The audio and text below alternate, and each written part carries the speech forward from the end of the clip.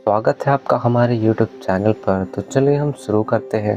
तो जैसा कि हमने पिछले एपिसोड में देखा था कि मिंग अभी जेल के अंदर में है और उसके साथ में 4 कैदी और भी हैं जो कि पहले से ही उस जेल के अंदर है और उन चारों को पहले से ही मिंग को मारने के लिए भेज दिया गया होता है। अगर वो लोग मिंग को मारने में कामयाब हो जाते हैं तो इन्हें जेल से बाहर निकाल दिया जाएगा और इसीलिए चारों के चारों मिंग पर अटैक करने की कोशिश करते हैं। लेकिन मिंग अपनी ताकत दिखाता है और एक पैर ज़मीन पर मारता है और पूरा ही ज़मीन धंस जाता है नीचे। और वो चारों ही बंदे ये चीज़ें देख करके बहुत ज़्यादा डर जाते हैं और कहते हैं कि नहीं, हम शायद इससे नहीं जीत सकते, ये तो बहुत ज़्यादा ताकतवर है, हम इससे बिल्कुल भी नहीं मार सकते। अगर हमने इससे लड़ाई करने की कोशिश की तो हम मारे जाएंगे। इससे अच्छा तो ये है कि हम शांति से इस जेल के अंदर ही रहें। ये कहते हुए वो चारों के चारों मिंग को मारने का प्लान यहीं पर छोड़ देते हैं। और इसी टाइम पर अचानक से एक रेड कलर की फ्लेम आती है और उन चारों के सर पे घुस जाती है और उन चारों की मौत एक साथ हो जाती है। यह देखने के बाद मिंग भी बहुत ज़्यादा चौंक जाता है और वो जल्दी से पीछे मुड़ करके देखता है, लेकिन पीछे कोई भी नहीं होता। और तभी वहाँ पर मेरिट ऑफ पनिशमेंट के लोग आ जाते हैं और वो ये सारी चीज़ें देखते हैं कि मिंग यहाँ पर खड़ा है और वो चारों कैदी मर चुके हैं। वो सोचते हैं कि आखिर ये कैसे हो सकता है, ये चारों के चारों तो मिंग से बहुत ज़्यादा ताकतवर थे। क्या ऐसा सच में हो सकता है कि इन चारों के चारों को मिंग ने मार दिया हो, वो भी अकेले ही। इसके बाद लीडर कहता है कि इस आदमी ने एम्परर के चारों सन को मार दिया है, जल्दी से जल्दी जा करके एम्परर को इन सब के बारे में रिपोर्ट दो। ये सुनने के बाद फिर मिंग को सब कुछ समझ में आ जाता है। मिंग वहाँ पर साइड में बैठ जाता है और कहता है कि मैं समझ चुका हूँ, ये सभी लोग मुझे मिलकर फंसाने की कोशिश कर रहे हैं।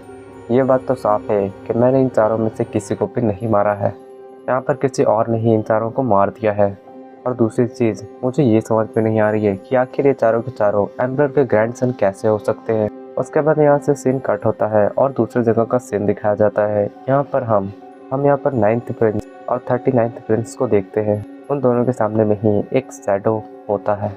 9th प्रिंस उस शैडो से पूछता है क्या काम हो गया। उसके बाद शैडो कहता है कि हाँ, काम हो गया। और शैडो कहता है कि मिंग के ऊपर में उन चारों प्रिंस के मौत का एग्जाम लग चुका है। अब मिंग काफ़ी लंबे टाइम तक उस जेल के अंदर में बंद ही रहेगा। ये सुनने के बाद 39th प्रिंस बहुत ज़्यादा खुश हो जाता है। उसके बाद कहता है कि आखिरकार उस लड़के ने चारों प्रिंस को मार दिया। अब हमारा रास्ता पूरी तरीके से साफ हो चुका है, अब हमें कुछ भी नहीं करना पड़ेगा। और इसीलिए कहता है कि चलो 9th प्रिंस, हम बाहर जा कर के घूमते हैं और कुछ दिनों के बाद हम उस लड़के मिंग के पास हम जाएंगे। इसके बाद हम उसके सामने एक डील रखेंगे और उस डील में हम ये कहेंगे कि हम उसका बैंक लेना चाहते हैं और उस बैंक लेने के बदले में हम तुम्हें तुम्हारी लाइफ दे सकते हैं। यानी कि अगर वो जेल से बाहर आना चाहता है तो उसे अपना बैंक हमें देना होगा। अब उसके पास में कोई भी ऑप्शन नहीं है सिवाय हमारे डील को एक्सेप्ट करने के। अब तो उसे हमारा डील एक्सेप्ट करना ही होगा। इसके बाद वो बैंक हमारा हो जाएगा और उसमें जितने भी पैसे हैं वो सभी पैसे हमारे हो जाएंगे और उसमें जितना भी डिविडेंड है वो सारा डिविडेंड भी हमारा हो जाएगा। इसके बाद 39th प्रिंस पूछता है 9th प्रिंस से कि आखिर तुम्हें कैसे पता चला कि वो चारों एम्परर का ग्रैंड सन है, क्योंकि ये तो हमारे प्लान का सबसे इम्पोर्टेंट पॉइंट था। हमें किसी भी तरीके से मिंग के हाथों शाही फैमिली को मरवाना था और रंगे हाथों उसे पकड़वा देना था। अगर ये नहीं होता तो हम किसी भी तरीके से उसे सज़ा नहीं दिलवा सकते थे। यहाँ पर 9th प्रिंस बताता है तुम्हें तो पता ही है हमारे फादर का मिजाज कैसा है। उनकी तो 40 से ज़्यादा बीवियाँ हैं और ये 40 बीवियाँ वो हैं जो दुनिया के सामने हैं। इन 40 बीवियों के अलावा भी उनके संबंध और भी कई लोगों के साथ में हैं और उनके साथ भी काफ़ी सारे बच्चे हुए हैं और वो बच्चे भी अपने बाप पर ही गए हैं और इसी वजह से उन बच्चों के भी बहुत सारे बच्चे हैं। लेकिन मुझे इन सभी का पता था। मैंने थोड़े सोर्सेस फैलाए और मैंने पता लगा लिया कि ये चारों एम्परर के ग्रैंड सन हैं। तुमने शायद इन पर ध्यान नहीं दिया। ये चारों के चारों जो मरे हैं ये चारों के चारों मार्शल आर्ट के सेंट लेवल पर थे। तुम्हें क्या लगता है इन चारों का लेवल इतना ज़्यादा हाई कैसे हो गया? इसका वजह है इन चारों के अंदर में शाही खून का होना। शाही खून की वजह से ही इन चारों का लेवल इतना ज़्यादा हाई हुआ है। वैसे उन चारों को भी नहीं पता था कि वो लोग एक प्रिंस हैं। बस इन चारों को ये पता था कि वह बिल्कुल भी ऑर्डिनरी नहीं है, उनका स्टेटस नॉर्मल से थोड़ा ज़्यादा ऊपर है। ये सुनने के बाद 39th प्रिंस हंसने लगता है और कहता है कि तुमने बहुत ही ज़्यादा शानदार काम किया है। तुम्हारी वजह से ही ये प्लान हमारा काफ़ी ज़्यादा सक्सेसफुल रहा है। अब वो लड़का मिंग काफ़ी लंबे टाइम तक हमारे रास्ते में नहीं आएगा। उसके बचने के चांसेस अब तो बहुत ज़्यादा कम है। इसके बाद सीन यहीं पर कट होता है और हमें मिंग का सीन दिखाया जाता है। और तभी मिंग के सामने हम देखते हैं कि एक लड़की होती है और वो लड़की और कोई नहीं बल्कि चीरू होती है। और उसे देखने के बाद मिंग कहता है कि चीरू, आखिर तुम यहाँ पर क्यों आई हो। उसके बाद चीरू एक बाउल निकालती है। उस बाउल के अंदर में कुछ खाने का सामान होता है। उसे मिंग को देते हुए कहती है, आप मेरे मास्टर हैं तो अब इसलिए मैं आपके लिए खाने के लिए लेकर के आई हूँ। वैसे आपको बिल्कुल भी चिंता करने की ज़रूरत नहीं है क्योंकि मैं यहाँ पर सबसे छुप कर आई हूँ। यहाँ पर किसी को भी नहीं पता कि मैं यहाँ पर आई हूँ। उसके बाद मिंग खाने के बाउल को ले लेता है और खाने लगता है और ये सोचता है, ऐसा कैसे हो सकता है, आखिर चीरू यहाँ तक सही सलामत कैसे पहुँच गई। जेल के अंदर इतने सारे गार्ड हैं, आखिर चीरू को आते हुए किसी एक भी गार्ड ने क्यों नहीं देखा। उसके बाद स्वॉर्ड बोलती है कि आपके इस नौकर की स्ट्रेंथ आपसे बहुत ही ज़्यादा है।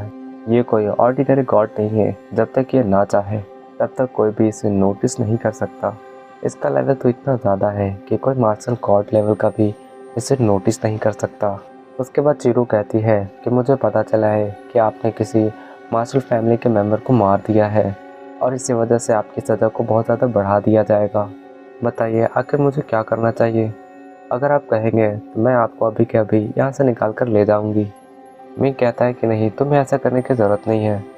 ये सब कुछ तुम मेरे ऊपर छोड़ दो, तुम बस यहाँ से चली जाओ। इसके बाद जो कुछ भी होगा मैं आगे संभाल लूँगा। तुम्हें मेरी चिंता करने की कोई ज़रूरत नहीं। और सबसे बड़ी बात यहाँ पर मिनिस्ट्री ऑफ पनिशमेंट के एम्पियर पैलेस बिल्कुल बीच में है और ये बहुत ही ज़्यादा सेफ जगह पर है। यहाँ पर बहुत ही ज़्यादा सिक्योरिटी रखी गई है। अगर हम कोई भी गलत हरकत करेंगे तो यहाँ पर सिचुएशन और भी ज़्यादा ख़राब हो सकती है। फिर वो कहते हैं कि नहीं, ऐसा कुछ भी नहीं होगा। यहाँ पर जितने भी गार्ड हैं उनमें से किसी को पता नहीं चलेगा आप कब यहाँ से निकल चुके हैं। मैं केवल आपको एक चुटकी बजा करके यहाँ से बाहर निकाल सकती हूँ। उसके बाद मिंग कहता है कि नहीं, ऐसा कुछ भी करने की ज़रूरत नहीं है और वैसे भी मैंने कुछ भी गलत नहीं किया है और इसीलिए मैं यहाँ से बिल्कुल भी नहीं भागूंगा। अगर मैं यहाँ से भाग गया तो सभी मुझे गिल्टी ही प्रूव कर देंगे। इसके बाद में न केवल मुझे बल्कि मेरी वाइफ फैंसी को भी बुरा भला सुनना होगा और इसीलिए मैं बिल्कुल भी ऐसा नहीं कर सकता। इसलिए तुम्हें बिल्कुल भी मेरी चिंता करने की कोई ज़रूरत नहीं है। अगर मुझे यहाँ से निकलना होगा तो मैं खुद भी यहाँ से निकल सकता हूँ। तुम केवल अभी के लिए यहाँ से जाओ और बाकी सब का ख्याल रखना।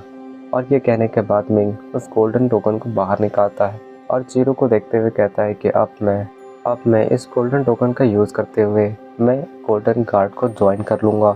इसके बाद में मेरा कोई भी कुछ भी नहीं बिगाड़ पाएगा, यहाँ तक कि एम्पर भी मेरा कुछ भी नहीं बिगाड़ पाएगा। और ये कहने के बाद उस टोकन का यूज़ करके मिंग वहाँ से गायब हो जाता है। यहाँ पर चीरू अपना मुंह बनाते हुए कहती है कि अगर मेरे तरीके से करते तो ये कितनी आसानी से हो जाता। और यहीं पर इस एपिसोड का यहीं पर अंत हो जाता है। तो चलिए मिलते हैं हम अगले एपिसोड में।